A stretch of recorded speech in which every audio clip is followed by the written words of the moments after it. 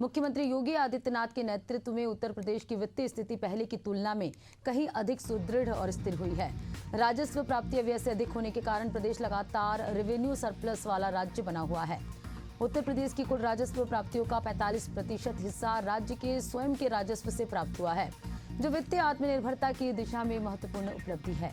नियंत्रक और महालेखा परीक्षक की रिपोर्ट के अनुसार वर्ष 2013-14 से 2022-23 तक उत्तर प्रदेश को केंद्रीय करों से देश में सबसे अधिक राशि मिली है, जो राज्य की बढ़ती हिस्सेदारी और बेहतर वित्तीय प्रबंधन को दर्शाता है। तो राजस्व बचत की स्थिति बरकरार है। सीएजी की रिपोर्ट में ये खुलासा हुआ। पूंजीगत व्यय और निवेश में यूपी शीर्ष स्थान पर है।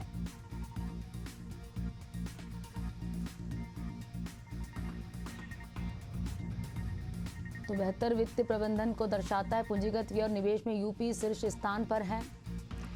राजस्व बचत की स्थिति बरकरार है।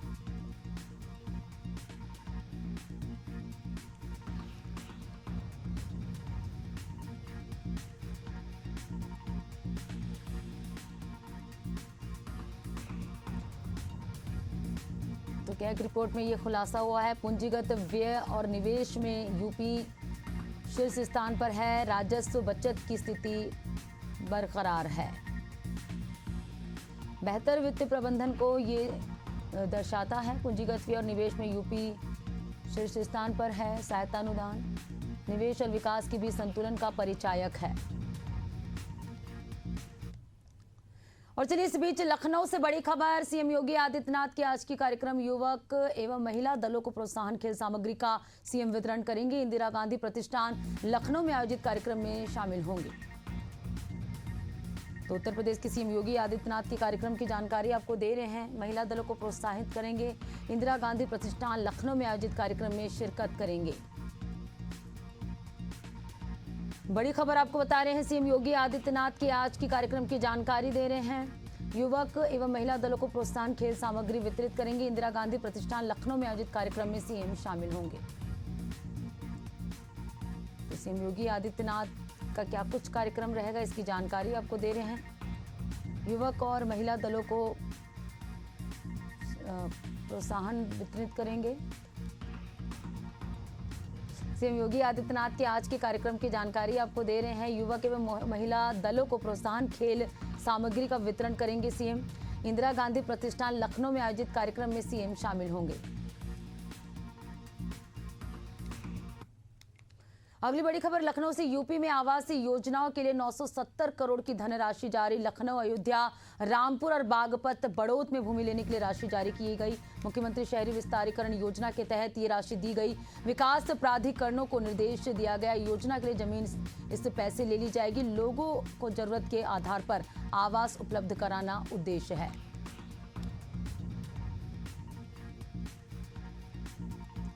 तो बड़ी खबर आपको बता रहे हैं लखनऊ से, जहां आवासीय योजना के तहत यहां पर राशि वितरित की गई है।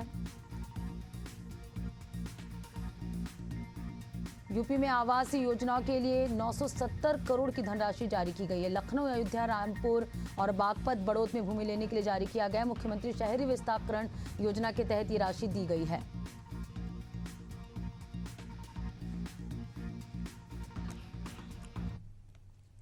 अगली बड़ी खबर राजधानी रायपुर से। प्रदेश बीजेपी कार्य समिति में होंगे बड़े बदलाव। पुराने चेहरों की जगह आएंगे नए चेहरे। दीपावली से पहले नए सदस्यों के ऐलान की संभावना है। बीजेपी संगठन में मंथन का दौर जारी है। कई सांसदों और नेताओं को नए पद मिल सकते हैं। प्रदेश अध्यक्ष किरण सिंहदेव जल्द कर सकते हैं घोषणा। बड़ी खबर आपको बता रहे हैं, प्रदेश बीजेपी कार्य समिति में बड़े बदलाव होंगे।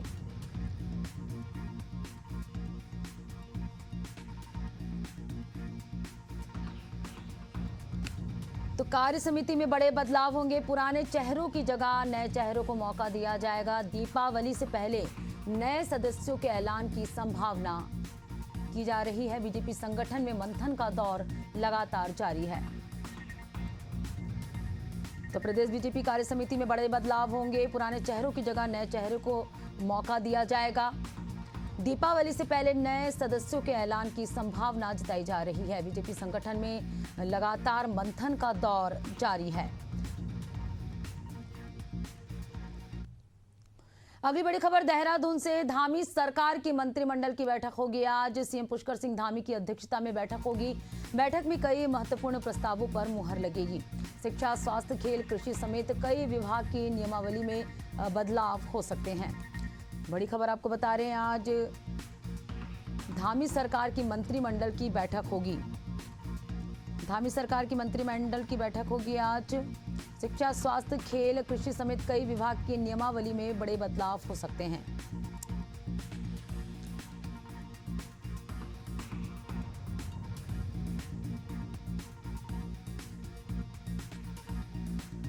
तो शिक्षा, स्वास्थ्य, खेल, कृषि समेत कई विभाग की नियमावली में बदलाव हो सकते हैं। धामी सरकार की आज बैठक होगी।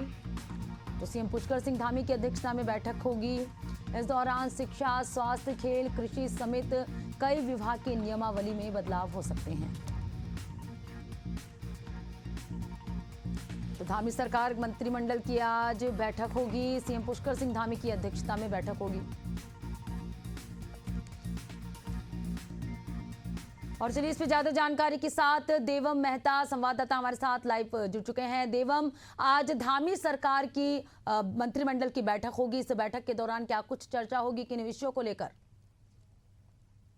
देखिए, मैं आपको बता दूं कि पुष्कर सिंह धामी की जो है, सीएम धामी की जो है आज बैठक होनी है और उसकी अध्यक्षता खुद पुष्कर सिंह धामी जी करेंगे। देखिए, कहीं ना कहीं अहम मुद्दों, ये 11:15 बजे पूरी बैठक होनी है, जिसकी तैयारी जो है कर ली गई है। और मैं आपको बता दूं कि शिक्षा और कृषि कई अहम मुद्दों को लेकर कई नियमावली में हो सकते हैं बदलाव, उसको लेकर एक अहम बैठक जो है देहरादून में आयोजित की जा रही है, जिसकी अध्यक्षता खुद पुष्कर सिंह धामी करेंगे और 11:15 बजे बैठक जो है स्टार्ट होगी। जी बिल्कुल। तो आज धामी सरकार की बैठक है, क्या नियमावली में बदलाव होंगे, ऐसी कोई जानकारी सामने आई है देवम? देखिए, मैं बता दूं कि अभी सूत्रों से मिली जानकारी के अनुसार स्वास्थ्य और शिक्षा को लेकर, कृषि को लेकर कहीं ना कहीं अहम बड़े फैसले जो है लिए जाएंगे। देखिए, दिवाली भी है, तो दिवाली को लेकर भी कहीं ना कहीं जो है बड़े फैसले लिए जा सकते हैं। जी चलिए, बिल्कुल शुक्रिया तमाम जानकारी हमसे जुड़ने के लिए देवम। तो आज धामी सरकार मंत्रिमंडल की अहम बैठक होगी। बैठक में कई महत्वपूर्ण विषयों को लेकर चर्चा होगी। शिक्षा, स्वास्थ्य, खेल, कृषि समेत कई विभाग की नियमावली में बदलाव भी हो सकते हैं। तो धामी सरकार मंत्रिमंडल की आज अहम और महत्वपूर्ण बैठक होगी। सीएम पुष्कर सिंह धामी की अध्यक्षता में बैठक का आयोजन आज किया गया है। और इस बीच राजधानी रायपुर से बड़ी खबर, बीजेपी महिला मोर्चा की नई टीम का ऐलान जल्द होगा। महिला मोर्चा की प्रदेश अध्यक्ष विभा अवस्थी ने 31 जिलों का दौरा किया। महिला कार्यकर्ताओं से चर्चा कर तैयार हो रही है नई टीम। इस महीने के अंत तक नई टीम की घोषणा संभव है। महासमुंद और 37 जिलों के दौरे पर जोश दिखाई दिया है। संगठन में सक्रिय और समर्पित महिला को मौका मिलेगा। तो बड़ी खबर आपको बता रहे हैं राजधानी रायपुर से, बीजेपी महिला मोर्चा की नई टीम का जल्द ही ऐलान होगा। महिला मोर्चा की प्रदेश अध्यक्ष ने ये जानकारी दी है। महिला कार्यकर्ताओं से चर्चा कर तैयार हो रही है नई टीम। इस महीने के अंत तक नई टीम की घोषणा संभव है। तो महासमुंद और 37 जिलों के दौरे पर जोश दिखाई दिया है। बड़ी खबर आपको बता रहे हैं, बीजेपी महिला मोर्चा की नई टीम का ऐलान जल्द होगा।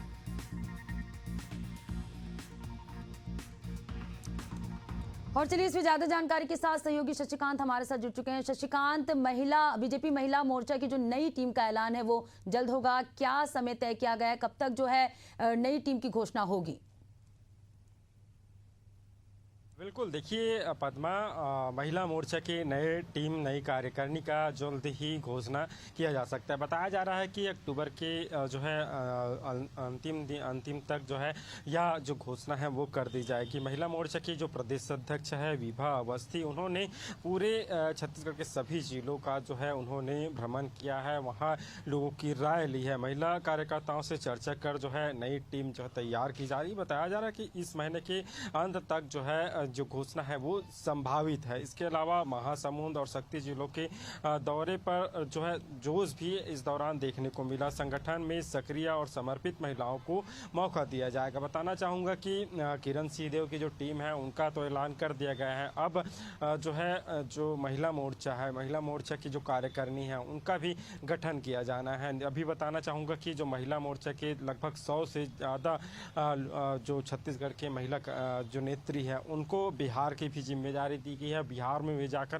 प्रचार प्रसार करेंगे। तो ऐसे में जो महिला एक्टिव है, जो है बूथ स्तर तक काम कर रही है, ऐसे जो संगठन में जो एक्टिव महिला है उन्हें जो है बीजेपी महिला मोर्चा में शामिल किया जाएगा। तो बिल्कुल देखिए जिस तरह से विभा अवस्थी ने तमाम जिलों का दौरा किया, इस दौरान वहाँ के जो सक्रिय जो नेत्री है उनसे मुलाकात की है। मुलाकात के बाद अब जो है फाइनल लिस्ट तैयार किया जा रहा है, कभी भी घोषणा किया जा सकता है। जी बिल्कुल शशिकांत, तो इस महीने के अंत में जो है कहीं ना कहीं बीजेपी महिला मोर्चा की जो नई टीम की कवायद जो जारी है, कहीं ना कहीं इसकी जो है घोषणा जल्दी ही कर सकते हैं। शुक्रिया शशिकांत तमाम जानकारी हमसे जुड़ने के लिए। शहर कांग्रेस अध्यक्ष को लेकर मैराथन रायशुमारी खत्म। ऑब्जर्वर प्रफुल्ल गुडिते ने देर शाम तक की कार्यकर्ताओं से चर्चा। रायपुर दक्षिण और ग्रामीण विधानसभा में डाले हैं डेरा। कांग्रेस कार्यकर्ताओं ने नाराजगी जताई। इस दौरान लगा शक्ति प्रदर्शन। अध्यक्ष चयन को लेकर नेताओं में होड़ मची हुई, मंथन का दौर भी जारी है।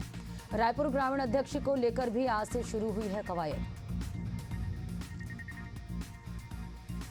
तो शहर कांग्रेस अध्यक्ष को लेकर मैराथन रायशुमारी खत्म हो गई है।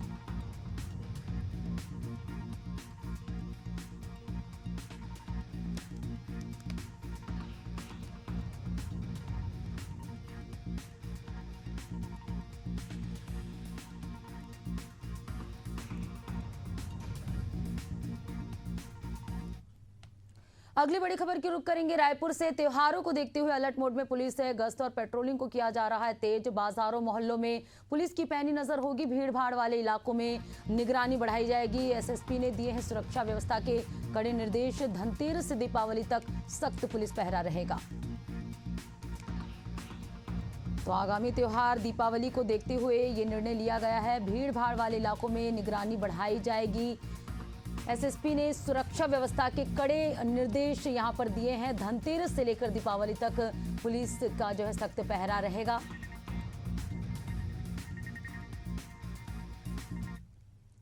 अगली बड़ी खबर प्रयागराज से। नहर टूटने से डूबी किसानों की फसल। किसानों की 275 बीघे की धान की फसल डूब गई है। नहर विभाग के अधिकारियों की लापरवाही से जो है ये फसलें बर्बाद हुई है। शिकायत के बाद भी नहर विभाग के अधिकारियों ने इस मामले में कोई संज्ञान नहीं लिया है।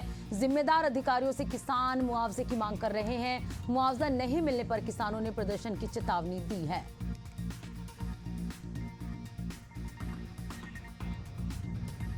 तो प्रयागराज से बड़ी खबर आपको बता रहे हैं। नहर टूटने से किसानों की पूरी फसलें जो है बर्बाद हो गई है। किसानों की 275 बीघे की धान की फसल नहर के पानी में डूब गई। नहर विभाग के अधिकारियों की लापरवाही से पूरी फसलें जो है बर्बाद हो गई है। शिकायत के बाद भी नहर विभाग के अधिकारियों ने कोई संज्ञान नहीं लिया है। जिम्मेदार अधिकारियों से किसान मुआवजे की मांग कर रहे हैं। तो किसान यहाँ पर मुआवजे की मांग कर रहे हैं। किसानों की फसलें बर्बाद हो गई है। किसानों की 275 बीघे की धान की फसल नहर में डूब गई है और बर्बाद हो गई है। अब नहर विभाग के अधिकारियों की लापरवाही से किसानों की फसलें बर्बाद हुई। शिकायत के बाद भी नहर विभाग के अधिकारियों ने कोई संज्ञान नहीं लिया।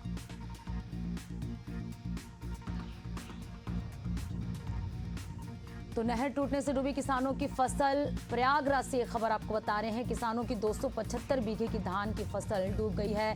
नहर विभाग के अधिकारियों की लापरवाही से यहां पर फसल बर्बाद हुई। शिकायत के बाद भी नहर विभाग के अधिकारियों ने संज्ञान नहीं लिया। तो जिम्मेदार अधिकारियों से किसान मुआवजे की मांग कर रहे हैं। तो नहर टूटने से किसानों की फसलें जो है खराब हो गई हैं। किसानों की 275 बीघे की धान की फसल डूब गई है। और चलिए इस पे ज्यादा जानकारी के साथ प्रयागराज ब्यूरो हेड मनीष यादव हमारे साथ जुड़ चुके हैं। मनीष, किसानों की फसलें खराब हो गई है, क्या है पूरा मामला, आपसे जानेंगे। आपको बता दूं पद्मा, देखिए प्रयागराज के फूलपुर इलाके में रात्रि में शारदा सहाय नहर ओवरफ्लो होकर अचानक टूट गई, जिसके चलते दैलापुर, कनेटी, फतेहगंज, चंदौकी गांव के किसानों की तकरीबन 275 बीघे धान की फसल जलमग्न हो गई। नहर के पानी से खेतों में तैयार धान की फसल डूब जाने के बाद किसान अब खून के आंसू रोने को मजबूर हैं। किसानों का कहना है कि नहर नहीं टूटी है बल्कि उनके ऊपर दुखों का पहाड़ टूटा है। किसानों ने इस मामले की शिकायत नहर विभाग के अधिकारियों सहित जिले के जिम्मेदार अधिकारियों से किया, लेकिन कोई भी जिम्मेदार अधिकारी अभी तक मौका मुआयना करने नहीं पहुंचा। किसानों का कहना है कि कर्ज लेकर धान की फसल को तैयार किया गया, लेकिन नहर विभाग के अधिकारियों की लापरवाही की वजह से धान की फसल अब कहीं ना कहीं बर्बाद हो गई है। किसानों का ये भी कहना है कि जब पानी की जरूरत थी तब नहर में पानी नहीं छोड़ा गया, नहर में धूल उड़ रही थी। पूरे सीजन में धान की सिंचाई के लिए किसान परेशान थे, तब इन किसानों को पानी नहीं मिला। किसानों ने पंपिंग सेट से रुपए खर्च कर फसलों को बचाया। जब पानी की जरूरत नहीं है तो नहर में जबरन पानी छोड़ा गया है। किसानों का कहना यह भी है कि खेती से जीवन यापन का कहीं ना कहीं एक सहारा था। बच्चों की पढ़ाई लिखाई से लेकर शादी विवाह या अन्य खर्च सब खेती के सहारे ही होता था, लेकिन वो भी बर्बाद हो गया है। अब ये किसान मुख्यमंत्री योगी आदित्यनाथ सहित जिले के जिम्मेदार अधिकारियों से मुआवजे की मांग कर रहे हैं और किसानों का कहना है कि प्रति बीघा 3.5 लाख रुपया किसानों को मुआवजे के तौर पे दिया जाए। किसानों ने जो है चेतावनी देते हुए कहा है कि अगर इनकी बात समय रहते नहीं सुनी जाएगी तो ये किसान धरना प्रदर्शन करेंगे।